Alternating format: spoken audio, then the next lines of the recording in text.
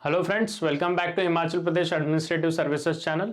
In this session, we are going to continue with the economic topic. In the last session, we had discussed the unemployment. So having completed the unemployment in detail, now we are going to delve with understand the new chapter or the new topic, which is a very important topic, that is public-private partnership. So now let's proceed ahead and understand, decode this topic in a crystal manner.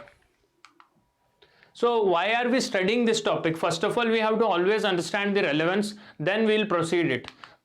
See, nowadays the every new airport or infrastructure project, that is railways or any road construction, that is be it a part of National Highways Authority of India or any infrastructure that is being developed, is carried out through the mode of public private partnership. So we'll try to understand what exactly is triple P, and this is a picture of the recent airport, that is Jawahar International Airport, that is being proposed near the Indira Gandhi International Airport, that is at a distance of 70 kilometers from the Delhi International Airport, and this is also built through the triple P mode, where it is developed in partnership with the UP government along with the Yamuna International Airport Private Limited. So it involves the public, that is the government, as well as the private player. So hence the triple P, public private partnership.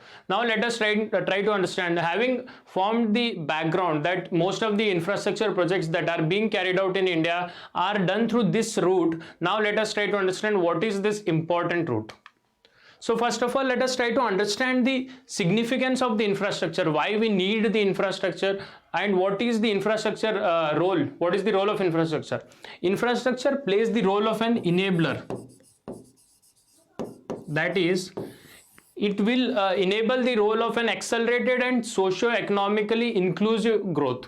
So that is why it is very essential. If you look at the historical examples of America, China, they have grown on to become the developed countries by investing in infrastructure, because infrastructure will enable the growth of a country in a multiplier manner. So let us try to understand this. This is the quote of a Roger McNamee, who has highlighted the importance or the significance of the infrastructure. Let us try to read about that quote. We need to stop thinking about infrastructure as an economic stimulant and start thinking about it as a strategy. See, because economic stimulants produce bridges to nowhere, and strategic investment in infrastructure produces a foundation for long-term growth. So what do we understand by this quote? Let us try to deal with an example. See, here suppose there is some industry, and here is some place, or take it an example of village. If we build a road, this road is also a part of infrastructure. So now if we build this road, it doesn't mean that it will give us the great benefits. Or example, that once having built the road, brought about the bridge between the industry and village, our task is done, or the task of the government is done. But rather the infrastructure has to be thought in a bigger manner. Let us try to understand this. How? Because if industry is connected to village where there is no industrial setup here, no services, that is IT services, no infrastructure of road, electricity, and the transportation, communication. So all these setups, the associated or the ancillary activities which will boost the economic activity in that city or the village are not present. So we have to think in a bigger manner. It is not just about bringing it is not just about constructing a road between the industry and a village or a city, be it any city. Rather, we also have to build this village or the city in an integrated manner, where industries are set up, the services, IT companies are being existing there. So it has to be thought in a bigger ecosystem. So that is the strategic thinking. So it has to be thought of as a strategic investment. That is, we have to develop the entire ecosystem. There has to be a particular strategy behind the investment in infrastructure. If we are able to think that way, then it will lead us to the foundation for long-term growth. So this is the essence of the infrastructure. If you are able to invest in this manner, then the country will have a greater benefit. For example, in order to attain the India's vision of $5 trillion economy by 2024, investment in infrastructure is very essential. That is why government has come up with national infrastructure pipeline, and it was supplemented with national monetization pipeline. So now we have understood that for the development of national infrastructure pipeline, government needs 111 lakh crore. 111 lakh crore. So for the investment in infrastructure, which is very essential, which we have understood by looking at the essence of this code, now we can come to conclusion that investment in infrastructure is very essential. But there is a constraint on public finance. That is, government alone cannot come up with such a huge investment in the infrastructure. It needs the assistance or the collaboration with the private player. Hence, now we are resorting to public-private partnership model for the investment in infrastructure. So having formed the base for why we need or why are we resorting to PPP model, now let us try to understand what exactly is PPP model. So this is the image of the infrastructure, which you can see over here, that investment in infrastructure is very essential for the growth of a country in a multiplier manner. Now having understood that, let us try to proceed with the topic, that is main topic, public. See, first word is public, then comes the private, then the third P is partnership. It has to be in this particular sequence. It is very essential. Now let us try to understand the definition. A PPP project means a project based on a contract or the concession agreement. These are the keywords: concession or the contract agreement between a government or a statutory entity on one side and the private sector on the other side for delivering a service on payment of user charge. For example, if you take the example of Delhi International Airport,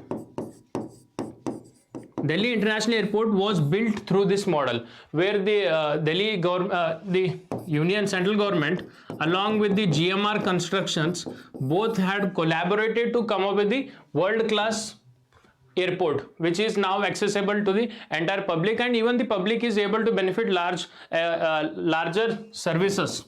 That is, it is witnessing a hassle-free transportation facility at the international airport. So this is the essence of PPP. So why exactly we need both the collaboration of public and the private? If you look at this, public or the government,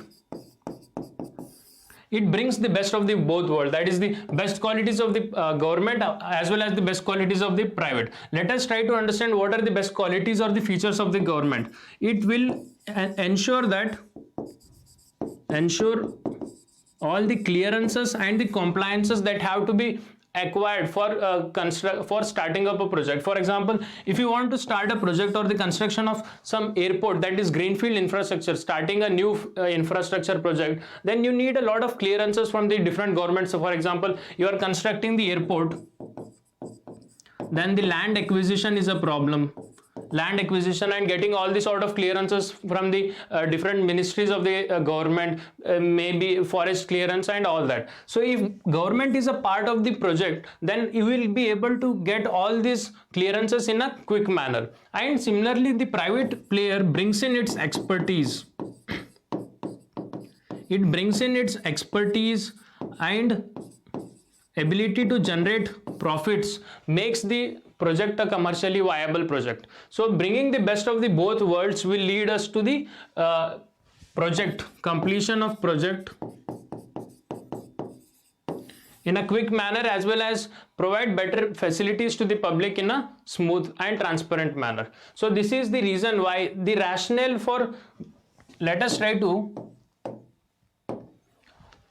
the rationale why are we going for PPP model. The first one is the quality.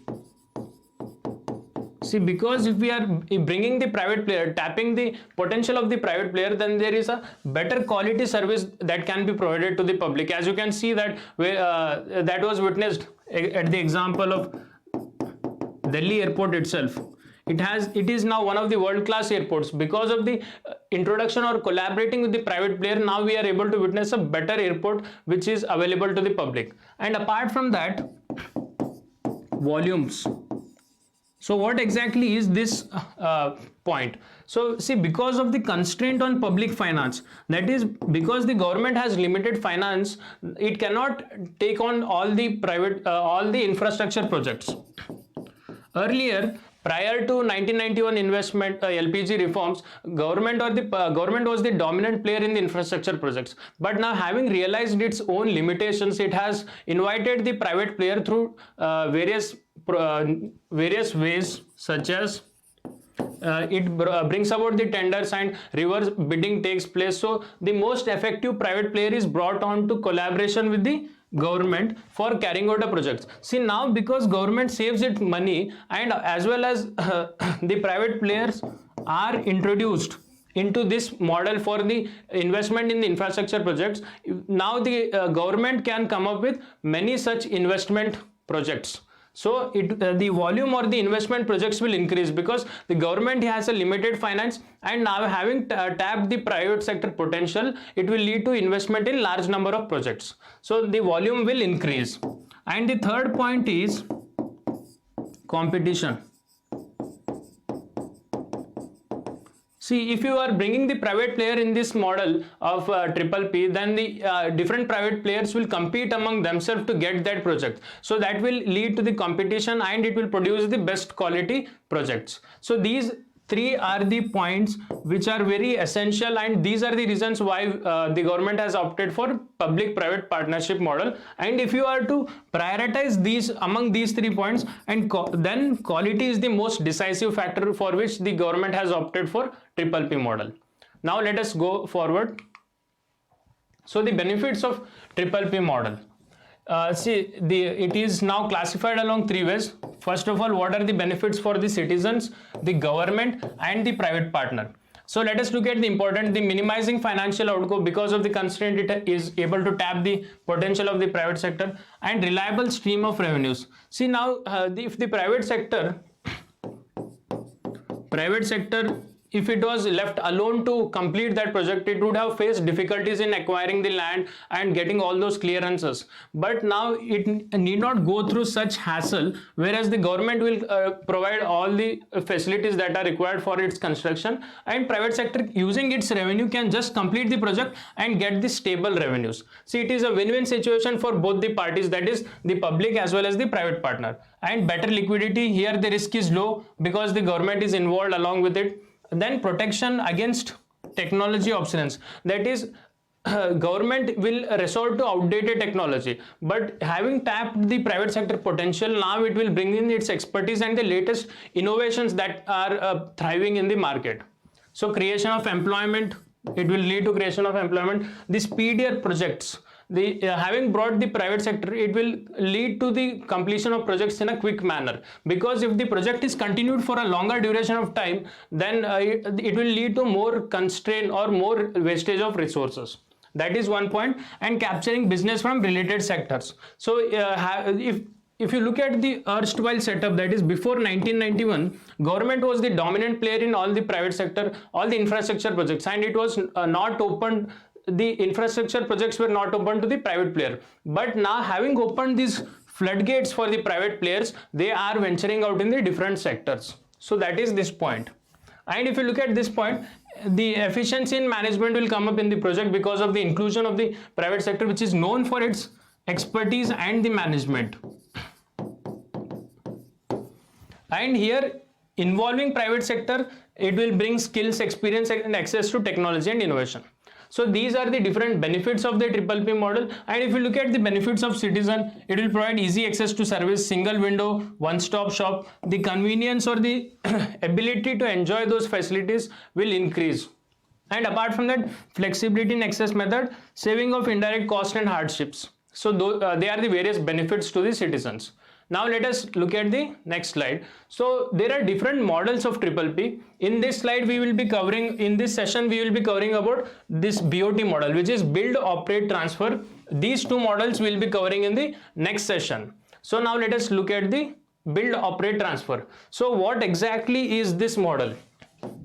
This model is used majorly in the construction of highways. Majorly in the construction of highways. It brings about the major key points here are concession agreement. Concession agreement. For example, the public along with private player will engage themselves in a concession agreement. For example, that might be spanning between 10 to 15 years, that we are supposed to, that is the private player will be given this much frame time for which it will be able to build. First of all, build the suppose take the example of road, build that road, operate that road, and transfer after the completion of this much period of time. That is the time period, that time span that has been mentioned in this agreement. The ownership will be transferred back to the government. So this PPP model is different from privatization. The ownership will always lie or go back to the government. So here only the private sector will come along the way. It will build it from the scratch, operate it. For example, you might witness that all the highways will have toll collection. It means it is a toll collection of the private players who have built it. And after the completion of the time period that is mentioned in the concession agreement, the asset will be transferred back to the government. So this is the key features of the BOT model. So how will it manage? Private player, it will bring its own finance, it will come up with the design of the project, it will be involved in the construction and operate, and at the end of the concession agreement or the time period, which is usually between 10 to 15 years, it might be even 30 years. So it will be based on the particular agreement that has been signed between the private player and the government. After the completion of that time period, the ownership will be transferred back to the government. So now if you are talking about public-private partnership model, you always have to remember 4 R's. So what are those 4 R's? First, we'll be talking about that. Now, before going with the 4 R's, the outcome of this BOT model will be quality assurance. Because the private player is involved, there will be a better quality, and the maintenance of the asset will also take place, and the management of the organization will be in a better manner. That is, all the asset or the project which is under construction will be managed in a better manner. So this is with regard to the BOT model. So whenever we are talking about PPP, there are 4 R's one has to remember. They are resource, risk, responsibility, and the reward. So these 4 R's, they are divided between the public sector and the private player. That is, the resources, the capital will be brought about by the private player, which is lacking, or the government is deficient in the capital. And apart from that, the risk will be shared between the private sector and the public sector.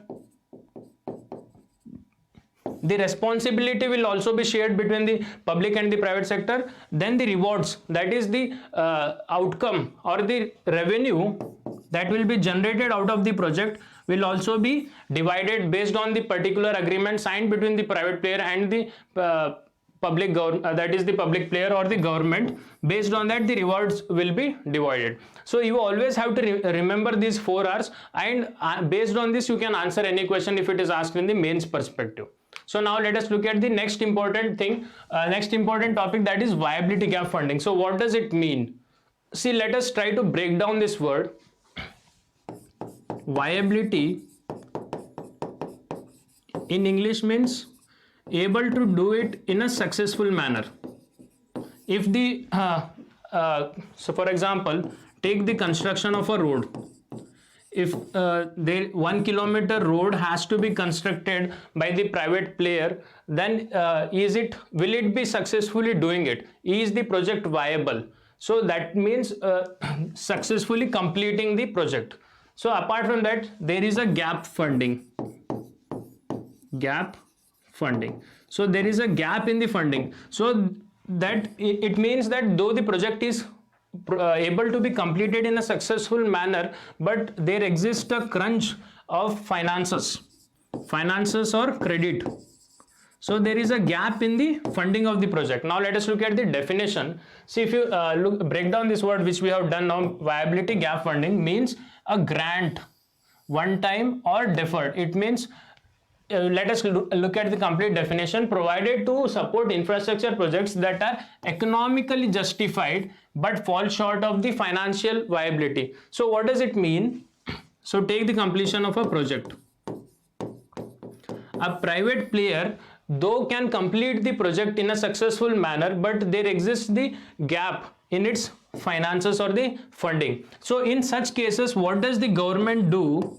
In order to boost this PPP model, it will give a grant. So what is a grant? If you take a loan, if you are taking money from the bank, that is a loan, you have to return it back. But in case of a grant, it is given as one-time assistance or deferred. Maybe government can give it as one time or may give it in different installments. In case of grant, there is no compulsion to return back the money, but that is not the case in case of loan. You have to return back the money along with the interest. So though the project can be completed, economically justified means there is no wastage expenditure. For example, take the instance of a completion of project. All the estimations of that are required for completion of project, suppose 100 crore, then they are all including, or they are all included to the requirement of raw materials, labor. So all the funding, that is 100 crore project, if you look at the estimation of the project, all the resources that are going towards the completion of the project are economically justified. It means there is no wastage of resources. For example, if the private player had resorted to advertising of the roads, that is wasteful expenditure. Simply spending the resources or the money in a frivolous manner, then that is all wasteful expenditure. But it means that all the estimation, the amount that has been justified is economically justified. There is no wastage in the resources. So viability gap funding means a grant of one time or deferred, that is provided in an installments to support the infrastructure projects that are economically justified. That it means that there is no wastage of the resources. All the resources are economically justified in the completion of the project. So in such cases, but they are falling short of the financial viability, that is the credit. So the private player though has the ability to complete the project, and that too all the resources are justified economically, but is lacking short of the funds, then in such cases the government will provide a one-time assistance to complete the project. So that is the viability gap funding. It implies that. Now if you look at the second point, the lack of financial viability, the lack of funds, the reason, what are the reasons? The long gestation period, that is the, for example, if there is a completion of some huge airport or the dam, it might be taking more than 10 to 15 years. Take the instance of the metro construction projects that are going, they are long gestation projects. Because it is a long gestation project, then the private will run out of funds. In such cases, you need the assistance from the government, and the inability to increase user charges to commercial level. See, if you look at the charges that are charged at the metro airport, metro stations, then it is a very cheap prices, but only it cannot. So because if you look at the commercial rates that are charged in different countries, the rates are pretty higher, but in India the rates are cheaper. So if even the rates cannot be increased to commercial level, then the private partner will also suffer from its profit and will run out of the funds. So that might be another reason why there is a lack of financial viability.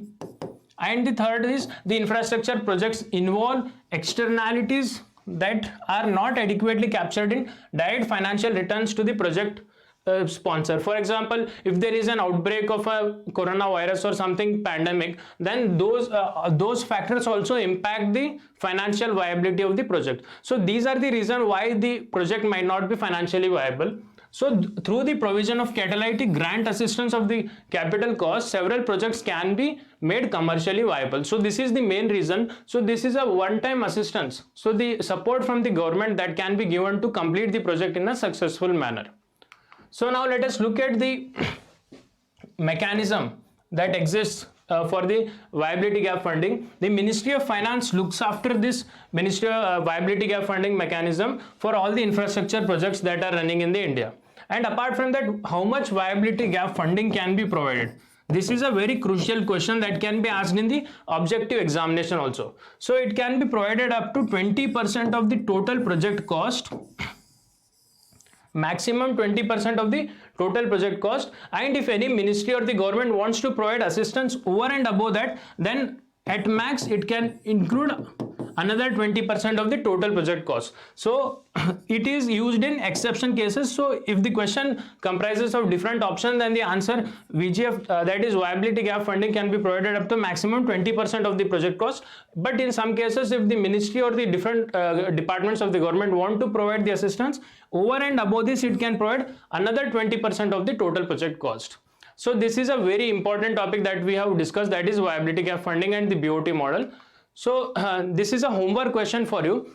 Try to answer this in the comment section and we'll cross check the answer in the next session. So that is, in India, public-private partnership model is applicable for which of the following sectors? That is the services, infrastructure, manufacturing, all of the above.